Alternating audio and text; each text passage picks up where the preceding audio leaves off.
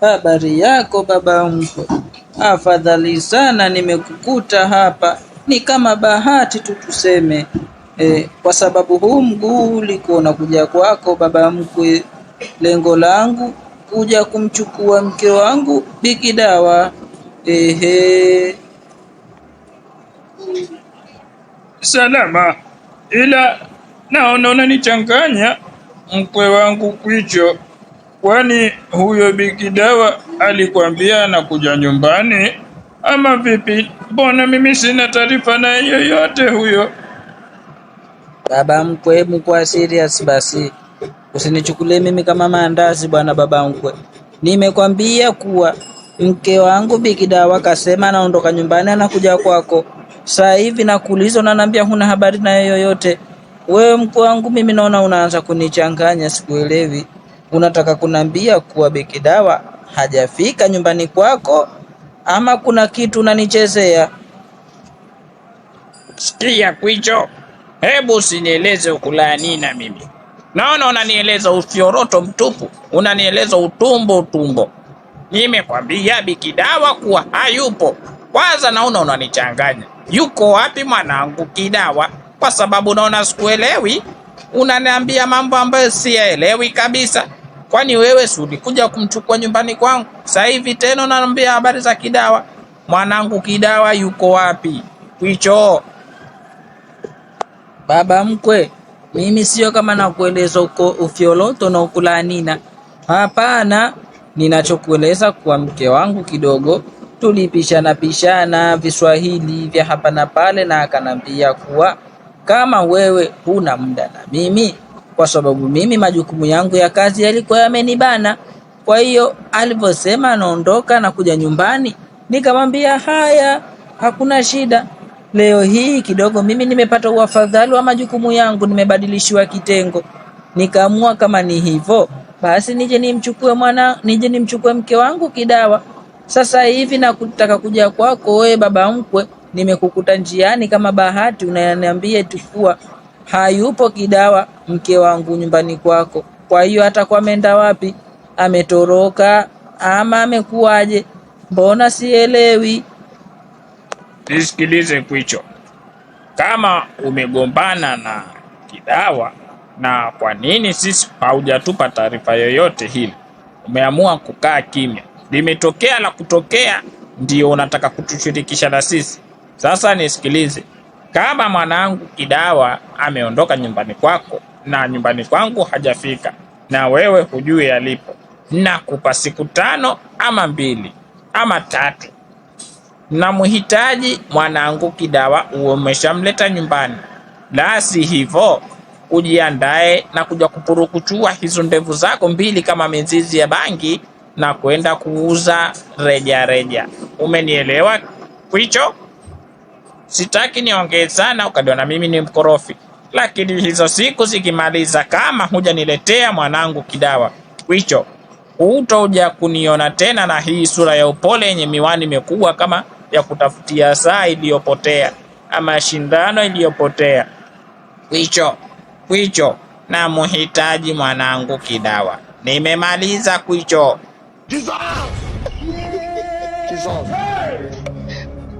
Wallahi sasa huu umeshakuwa msala. Nafanyaje mimi? Baba mkwe ndo kama hivyo, kaniwashia moto fire. Mimi nifanye nini? Ila ni kweli kuwa Biki Dawa hayupo nyumbani kwake ama ananifanyia mchezo. Ila hapa itabidi nirudi zangu ndani, naende nikaongee na Bwana Juma anisaidie kwenda kumtafuta mke wangu Kidawa. Bila hivyo mimi baba mkwe anaweza akanipurukuchua kweli hizi ndevu zangu mimi, na ndo uhansamu wangu wote ninaoringia. Akinipurukuchua mimi nitakuwaje? Ngoja nirudi ndani nende nikaongee na Bwana Juma mpaka nachanganyikiwa mimi, anipe msaada kama atanielewa na maneno yale niliyomwambia mimi. Bwana Juma atanielewa kweli? Hebu ngoja nirudi ndani. Naona Kwicho umerudi tena. Haya, kuna kipi ulichokisahau Kwicho? Maana naona umekuja sasa hivi unatia huruma. Umesahau ama unataka nikurudishe ofisi yako Kwicho? Hebu nieleze, una shida gani rafiki yangu Kwicho? Rafiki yangu, naona sasa nimepata mtihani. Naona sasa mambo yanazidi kuwa magumu kwangu. Nimetoka nje na kwenda zangu nyumbani kwa kina Kidawa. Njiani nikakutana na baba mkwe. Namweleza baba mkwe na kuja kwako basi kuja kumchukua mke wangu Bikidawa. Eti ananiambia Bikidawa hayupo kwake. Ananiambia Bikidawa hajafika kabisa. Rafiki yangu, hapa mimi nimevurugwa, sielewi hata nifanye nini. Nawaza inawezekana wale wahalifu nilikuwa nawafuatilia wamemteka mke wangu Kidawa ama inakuwaje? Ndio maana nimerudi hapa rafiki yangu, unisaidie, unijaie kampani ya kwenda kumtafuta mke wangu Bikidawa, kwa sababu baba mkwe mimi kanipa siku 2 tu niwe nimeshampata mtoto wake. Hapa nimevurugwa, sielewi naanzia wapi na malizia wapi rafiki yangu Juma. Yaani wewe Kwicho, kumbe kweli akili zako zipo kwenye makalio.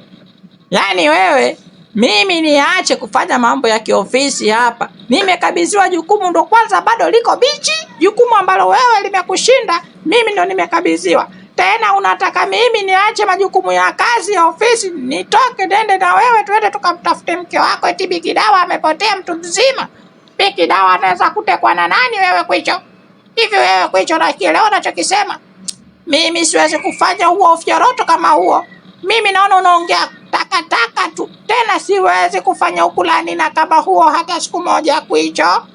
Yaani mimi niache mambo ya ofisi, niache mambo ya kufuatilia wahalifu, niache mambo ya kufuatilia majambarika, eti nende nikampate mke wako Bikidawa, twende tukamtafute? Kwani yule ni mtoto kama atakuwa amepotea? Hebu nisikilize Kwicho.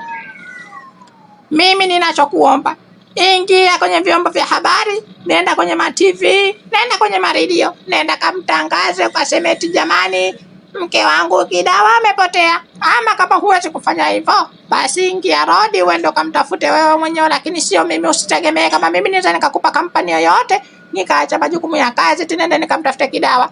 Kwicho, naomba unisamehe, na kama hilo ndio lilokuleta hapa, hebu naomba uondoke, kwa sababu naona unanivuruga. Mimi umeniachia majukumu mazito hapa, nataka nianze kuyafuatilia Kwicho. Ondoka Kwicho. Kwa hiyo rafiki yangu unanikataa. Kumbuka tumetoka mbali mimi na wewe. Kumbuka tumesaidiana mambo mangapi. Kwa hiyo rafiki yangu unaniacha nende nikamtafute peke yangu Kidawa. Sawa, asante sana. Ndo yale ninayoambiwa wahenga walisema. Ukimshiriki walisemaje kwani? Ama kweli rafiki, mkia wa fisi ukiushiriki utakufilisi. Ndo naona sasa unanifilisi. Asante sana kukunikataa rafiki yangu, asante sana. Mimi naondoka, lakini usitegemee kama nitarudi tena kukuomba msaada rafiki yangu. Unanikataa hivi hivi. Asante sana, mchana mwema rafiki yangu. Hebu kwenda huko Kidawa. Yaani ungelijua kuwa huyo unemtafuta yupo nyumbani kwangu wewe, sijui hata ingekuwaje. Yaani wewe Kwicho akili huna kabisa. Wewe unakuwa na mwanamke mzuri kama Bikidawa, alafu unakaa naye tu namtizama, umpe haki yake yoyote.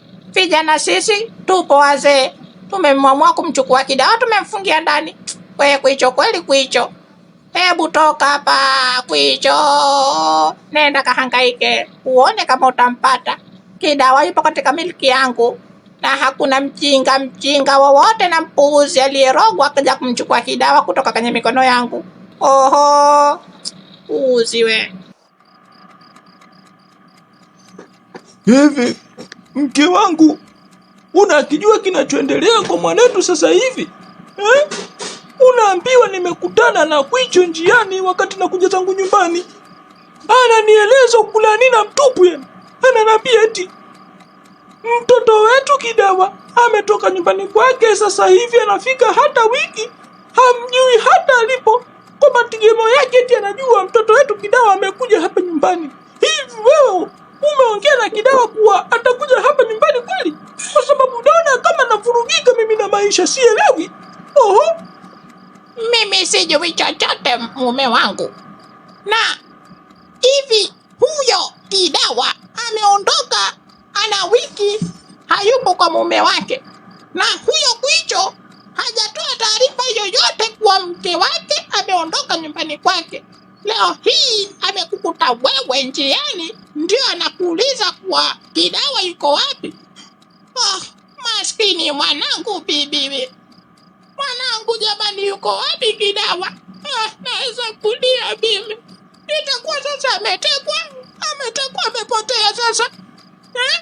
Jamani, mimi hajaongea na mimi Kidawa muda mrefu. Sijui Kidawa yuko wapi jamani. Basi hiyo ndo habari iliyokuwepo mke wangu. Kwa hiyo mimi nimempa siku 2 tu. Nimemwambia na mhitaji bwanangu uwe tayari umeshamrudisha. La si hivyo utakiona cha mzee Makuni. Ndo nasubiri nije nimuoneshe cho cha mzee Makuni, sijui alikiona nini. Twende mke wangu, tunde tukapumzike. Hili jambo tutalifuatilia kesho. Sawa mke wangu? Unajua kijana, nimepata sifa zako, nimeambiwa wewe ni mzuri sana katika masuala ya ulinzi. Nimeambiwa tena wewe kijana una roho mbaya sana wewe. Kwa hiyo nisikilize, nahitaji nikupatie kazi. Kuna mama hivi ama binti, nahitaji uwe unamlinda. Sijui umenielewa? Yeye yupo ndani tu, lakini wewe utakuwa upo nje unaangalia mpuzi gani anajipendekeza, kwa sababu kuna wajinga wanataka kunifanya mimi kama ndondocha. Kwa hiyo sasa ninakupa kazi. Sitaki kumwona mpuzi yoyote anamsogelea mke wangu, sawa kijana? Kwa hiyo ndiyo kazi yako ninayotaka kukupa. Sijui umenielewa? Basi hamna shida. Mimi najulikana kuwa ni mlinzi mzuri sana, na mimi nina roho mbaya. Yaani nina roho mbaya kupitiliza. Mimi nikipua kazi huwa nafanya kazi, kwa sababu sina kazi ndio maana nahitaji kazi. Usijali sana bosi wangu.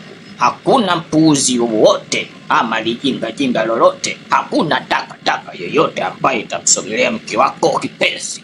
Mimi nakuhakikishia kuwa nitamlinda kwa jitihada zangu zote, na nitaenda naye kila sehemu anayokwenda.